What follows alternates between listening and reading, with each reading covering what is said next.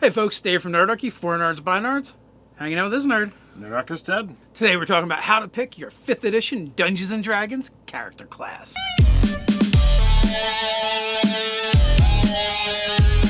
Before we get started, I want to take a moment to thank our sponsor, D&D Beyond, for all your digital D&D needs. We're going to be talking about character classes and building characters in 5th edition Dungeons & Dragons.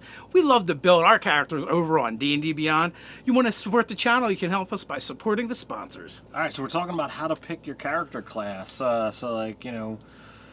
If you go over to D&D Beyond, you've got the little drop down, gives you a little brief intro into what they are, what they can do.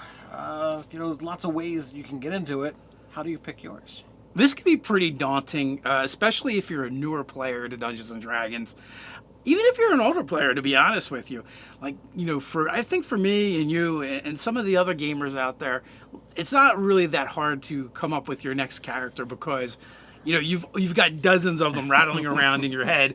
The next thing you want to play, but for some people it can be a little overwhelming. There's so many choices, so we're going to try and break it down and make it a little bit easier for you for picking your 5th edition Dungeons & Dragons character class. So we have a couple questions you're going to want to ask yourself, and by answering those questions, hopefully that'll help you make your decision. So, really, you can look at, well, how do you want this character? What are you envisioning? Are you looking at, trying to do it from a mechanical standpoint, or are you looking at building from story and building the character out from there? Yeah, they are two completely different ways of doing it. Both are valid.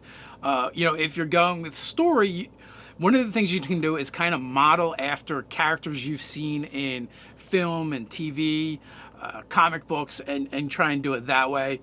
If you're doing mechanics, well, that's that's where we can step in and help you a little bit easier. So, if you're looking for, mechanically, you have to ask yourself, well, what about this game is appealing to you? What mechanics that you've seen are what you want to play. Do you want someone that casts spells or not? Do you want someone who gets involved in the fights or not? All of these things are going to dictate, where you want to go. There was even a strange little flow chart that was floating around Facebook for a while that, you could follow the path and figure out what class you should play. Infograph, if you will. So we broke it down into 3 major categories for helping you decide on what character you want to play. We have your warrior type character, we have your spellcaster type character, and we have your skilled type character. In those categories, there's subcategories that break it down even further. So when we look at our character classes and we're looking at a warrior, you can break that down to, do you want to play a warrior that mixes it up in melee, that's in the thick of things, or someone that kind of hangs back and wants to snipe people from afar, your ranged character? So your barbarian is going to be fierce. We had a discussion on this. Barbarians are almost always going to be melee fighters. They got to get into the thick of it. Your fighters, they're more martial. They're learned in the art of warfare. It's not just about the fight like the barbarian does. So there's a little bit more going on when they get into the battles. You have your monk character that's going to be far more disciplined than many of your other warriors. And he's just as adequate fighting with weapons and without. You also have your Paladin, which is a holy warrior, a champion of his faith.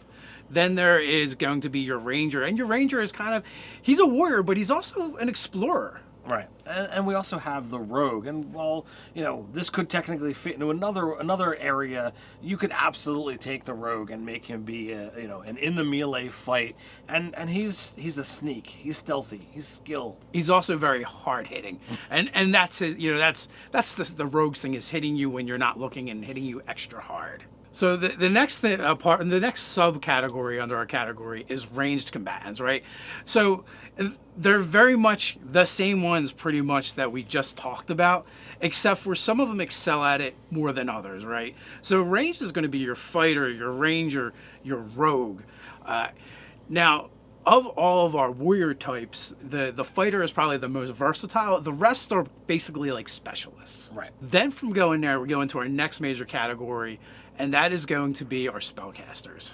Now, your spellcasters come in a lot of varieties depending upon where they want to draw their power from and what they do with it once they've actually got it. Right. So your spellcasters can either be arcane spellcasters or they can be divine spellcasters.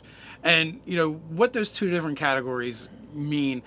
Where with our warriors, it was pretty self-explanatory, right? With these, not so much, but it's their source of magic. Is it granted to them by a god like divine magic or through faith, or is it something that is harnessed some other way, which usually is arcane? And arcane is actually the most versatile as far as the source that it can come from. Absolutely. So first we have the bard. This is a smooth talker. This is a skilled character. And the bard's source of power, is arcane, and they're going to derive that, in the study of lore and the study of magic itself. Well, not only that, too, they're performers. So a lot of times their performances are laced with that magic as well. Next we have the sorcerer. The sorcerer is quite different in the sense that their magic is innate; it's born to them. Think about mutants in the Marvel universe, where all of a sudden, out of nowhere, they all of a sudden have this power where they didn't before. They didn't have to do anything for it. They're just kind of born with it. You have some classes like the wizard who they are studious. They had to take the time and learn magic over the course of probably years, whereas the sorcerer is like, yeah, I got this now. Yeah, your wizard character, they're probably far more scholarly, academic. I mean, they don't have to be, but those are kind of the stereotypes. And there's one other type of caster that is a little bit different than all of them, and in some ways they're very similar to our divine casters. And this is the warlock. The warlock bargained for power. They don't control the magic themselves. They offered to a greater being, some kind of deal. And this is something you can always work out with your GM, what that deal is, and for that deal, you get all this power. Yeah, essentially, their patron has carved off a sliver of their power and granted it to the warlock. So next we move into the divine, the godly blessed, or those of faith. And the first and foremost is that cleric. They believe, for the most part, in the gods, and the gods say, behold my magical power. And they are a conduit for that magic. The cleric is also kind of like your priest, and that's what you expect. They're the ones that are likely to go out and basically hold sermons, give sermons, and do the will of their deity. Then we have the druid. These are naturalists and shapeshifters. So the druid is a lot of fun, and you can take that in a wide variety. But their belief and their protectiveness of nature bestows upon them all the spellcasting powers, and it's usually attributed to natural events, natural magic. Yeah, they can harness the power of nature itself, the elements, or they might actually just worship a nature god. So it could go either way with them. So our last category is skilled characters. So, what that means is they possess a greater number of skills than other characters. And, we have mentioned that some of these classes have already been mentioned.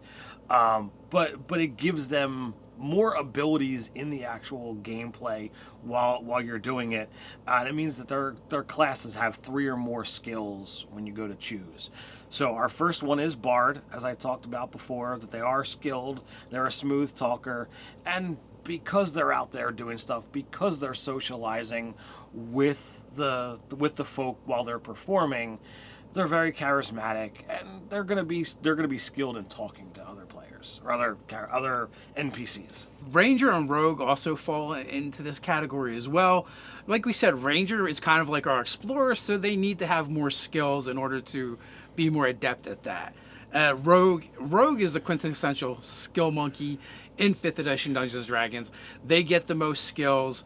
They're better at a couple of them than anyone else. The Bard has a similar ability as well. So that's why these are kind of our apex predators of skills.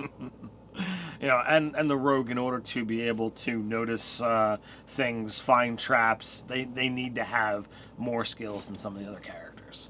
No one character class is particularly better than the other. They're all just choices that you make based on what kind of character you want to play in the game. They all have strengths. They all have weaknesses. The key is just finding what is going to be the right one for you, the one that you're going to have the most fun playing, and that's the one you should pick. Hopefully this overview will kind of help you decide what kind of character you want to play. We have tons of videos on individual character classes and character builds in the Nerdarchy catalog that you can take a look at if you want more information. So let us know how you pick your character class. Let us know what your favorite is down in the comments below. While you're down there, don't forget to like, share, and subscribe. If you want to make picking your D&D character class easier, you can head to the description, click that link to D&D Beyond, and then go pick it over there. So until next time, Stay nerdy.